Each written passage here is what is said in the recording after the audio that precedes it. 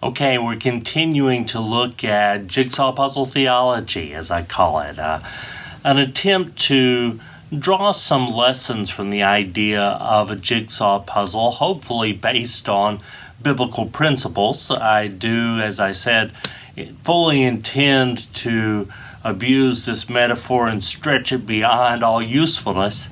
No, in seriousness, I want to use it and not be bound by these ideas, but think about some of these ideas. So this second class is a place for each piece and each piece in its place. A place for each piece and each piece in its place. And so I want you to think about this idea of you look at the picture of a puzzle and then you look at these jumbled up pieces and you think, okay, how am I going to get from this mess, this jumble of pieces, to that finished picture?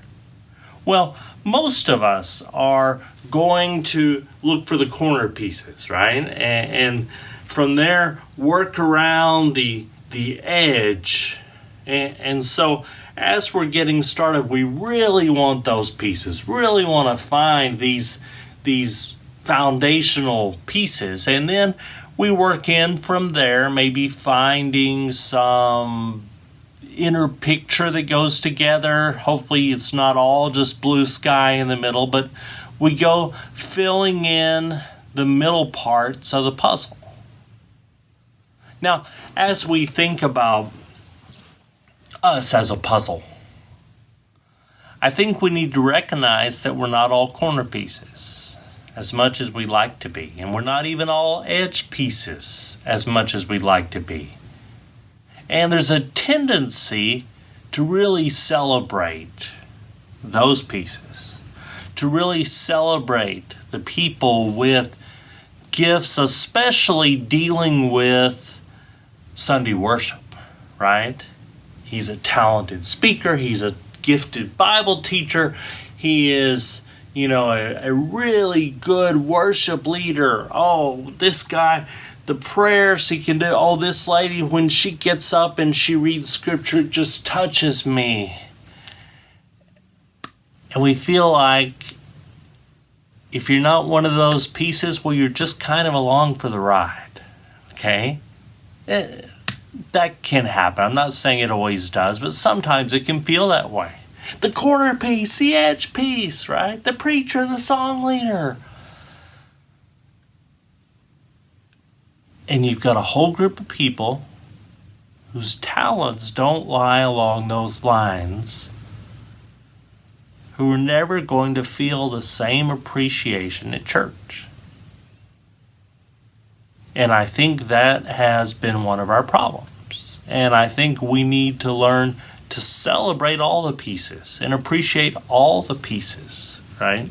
Because think about Ephesians 4.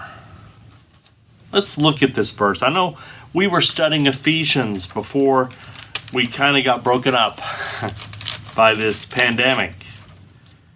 And one of the last sections we saw in the class I was teaching, at least, was Ephesians 4, 7 through 16. I want to go back and read those verses. It says, "But to each one of us grace has been given as Christ has appointed it." Let me read that again. "But to each one of us grace has been given as Christ apportioned it." All right, as he broke it up, as he decided things would fall. And then there's a little excursus on this verse from the Old Testament. Let's go down to verse 11. "It was he who gave some to be apostles, some to be prophets, some to be evangelists, and some to be pastors and teachers, to prepare God's people for works of service, so that the body of Christ may be built up, until we all reach unity in the faith and in the knowledge of the Son of God and become mature, attaining to the whole measure of the fullness of Christ. Then we will no longer be infants tossed back and forth by the waves and blown here and there by every wind of teaching and by the cunning and craftiness of men and their deceitful scheming. Instead, speaking the truth in love, we will in all things grow up into him who is the head, that is Christ, From him the whole body, joined and held together by every supporting ligament, grows and builds itself up in love as each part does its work. I love that passage. I'll confess that. I have taken that passage to be one of the defining passages for me as I work in ministry, as I worked a few years with local churches, but especially as I've worked in missions and worldwide evangelism. I think that the principles here are really important.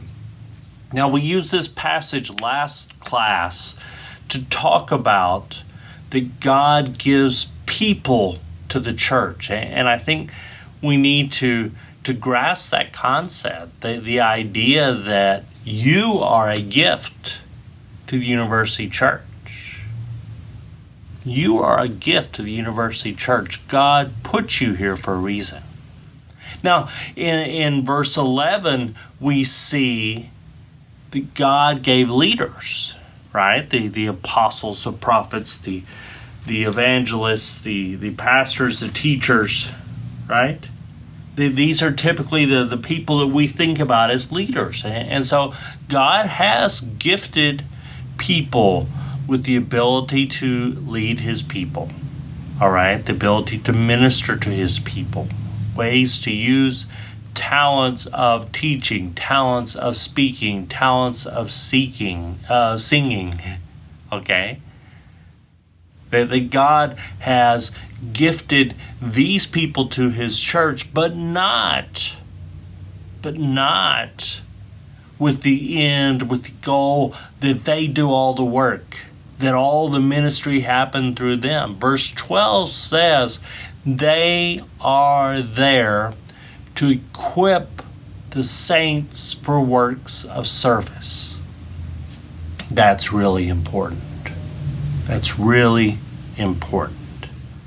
Leaders are in the congregation to equip the body to be what it's supposed to be, and to help everyone else discover their potential and their way of working.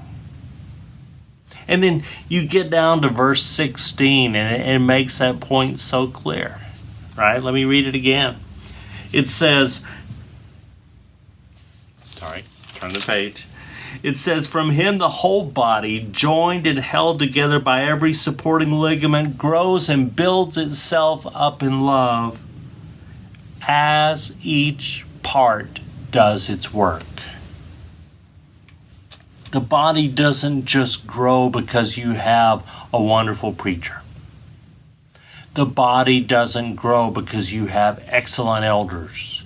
The body doesn't grow because you have the most amazing staff.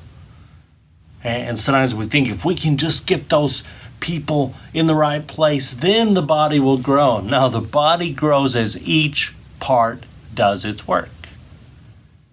And so if we have parts of the body that aren't doing their work, the body's not going to grow. You think about the jigsaw puzzle, right? And like I said, you want to have the corner pieces, you want to have the edge pieces. But boy, have you ever gone to the trouble to do a whole jigsaw puzzle, and when you get to the end, you're missing a piece? And it really doesn't matter if it's a corner or an edge or if it's the middle of the blue sky. It ruins the picture. It ruins the puzzle. And you think, I've done all of this and I don't get to see the finished product because I'm missing one piece. Churches are like that. We will never be what we're supposed to be until each part is doing its work. So, it's not a matter of all of us trying to be a corner piece. That doesn't work. That doesn't get us anywhere. That doesn't finish the image of the church. Doesn't allow us to be the picture that we're supposed to be. We're only going to be what God envisions for University Church when we help each member find ministry, find a way of working.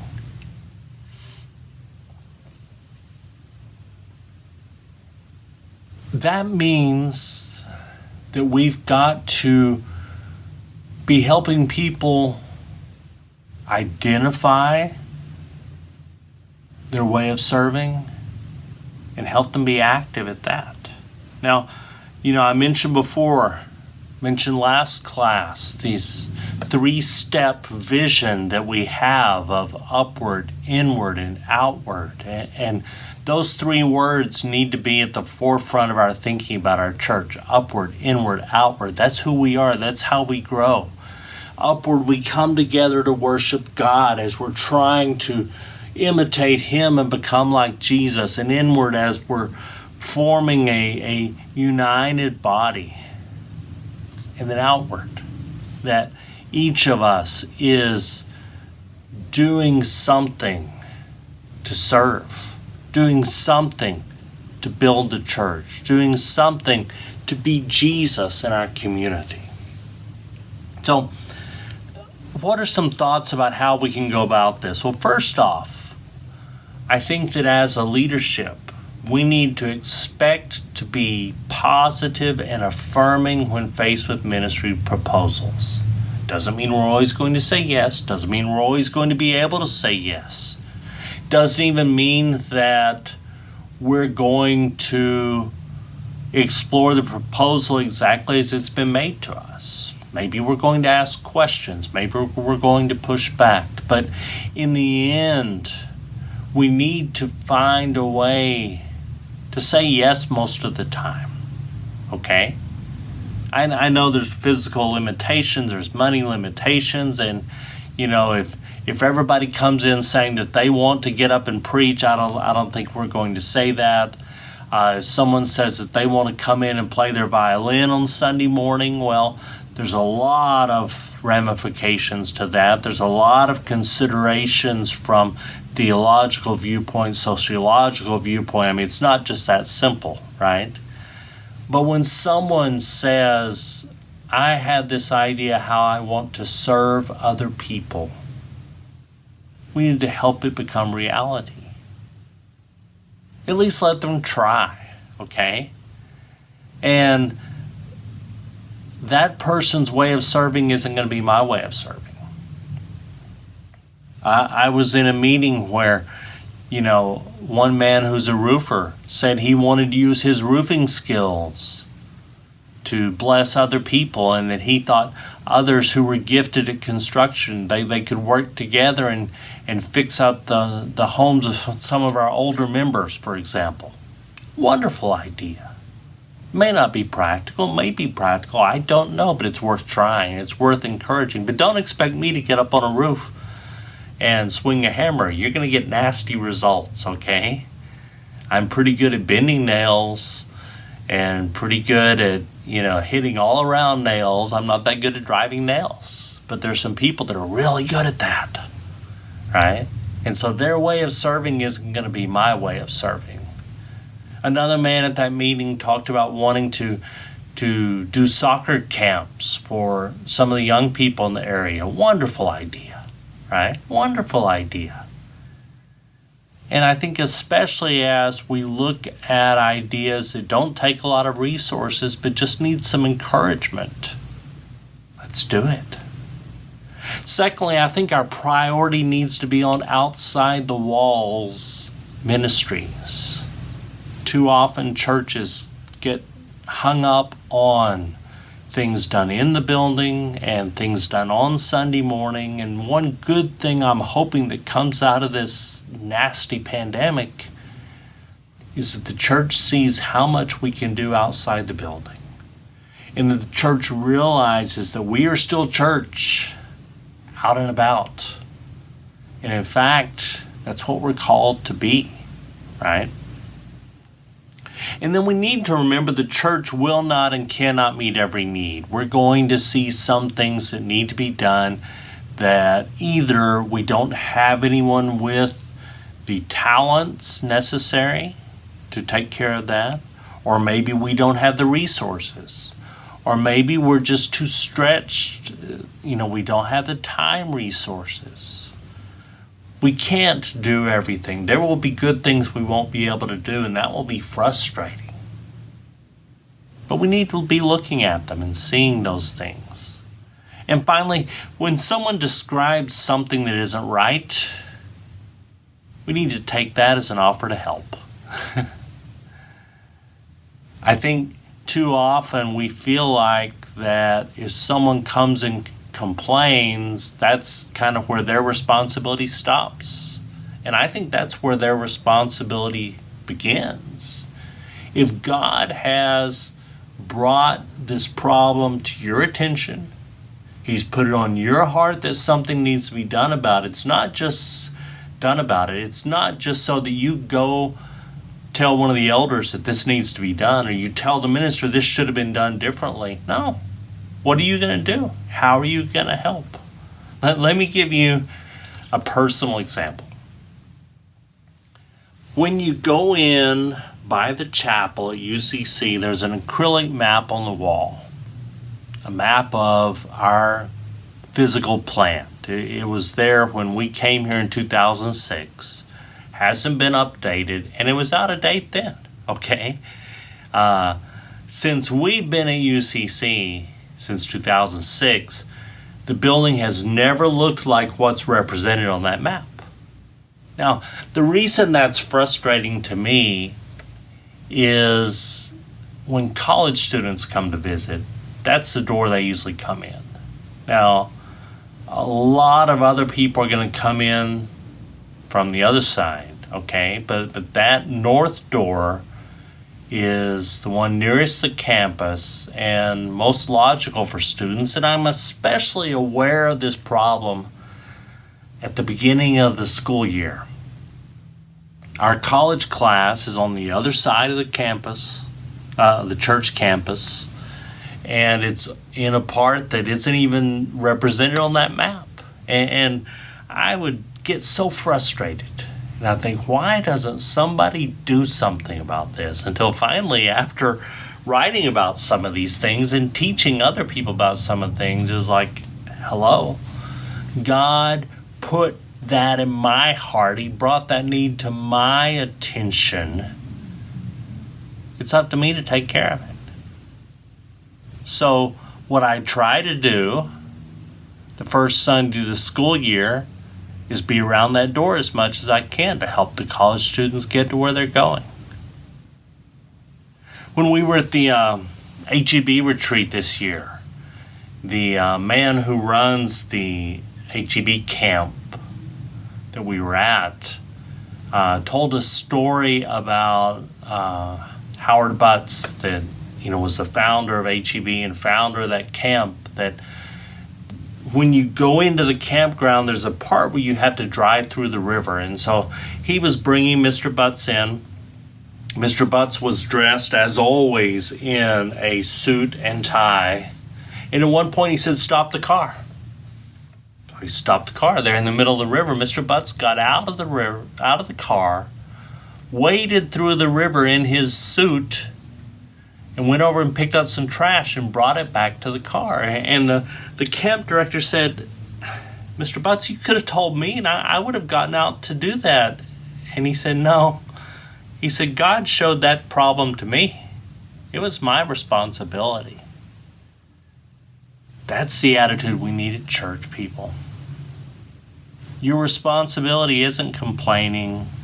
Your responsibility isn't pointing out what's wrong. Your responsibility is to help fix the problem. There's a lot of things that we can do around church that don't take a degree in ministry to do, and it's just a matter of doing it, So, wanted to share that. As we think about our church, I think we need to focus on this upward, inward, outward, that we're coming together as a body to worship, that we're meeting in smaller groups where we can share and we can edify one another, we can confess to one another, we can build each other up, and then finally we are actively involved in a ministry.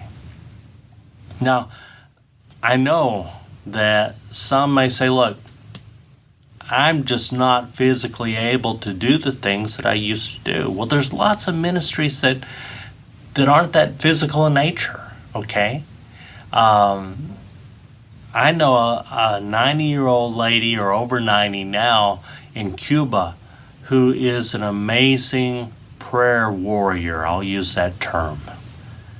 The things that have been done because she set her mind to them and prayed about them for years. It's amazing. And one of the last times I was there, Tony Fernandez and I were going to head out on a trip across the island, and it was a little, not dangerous, but problematic in that there were fuel shortages, and he's got an old car and the roads aren't that great, and this lady came into church Sunday and said, "What time do you leave?" And I knew what that meant. That meant she was going to be praying. And Tony said, "Odia's hardly going to sleep this week, but because she's going to be praying for us all the time we're gone." You can do that.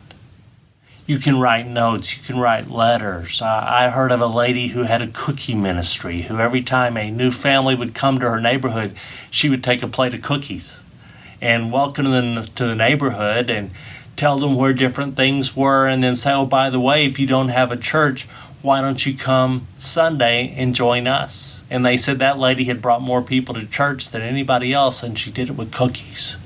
Okay, so there's lots of ways to serve. But we need to find ours. Because each of us needs to have a place.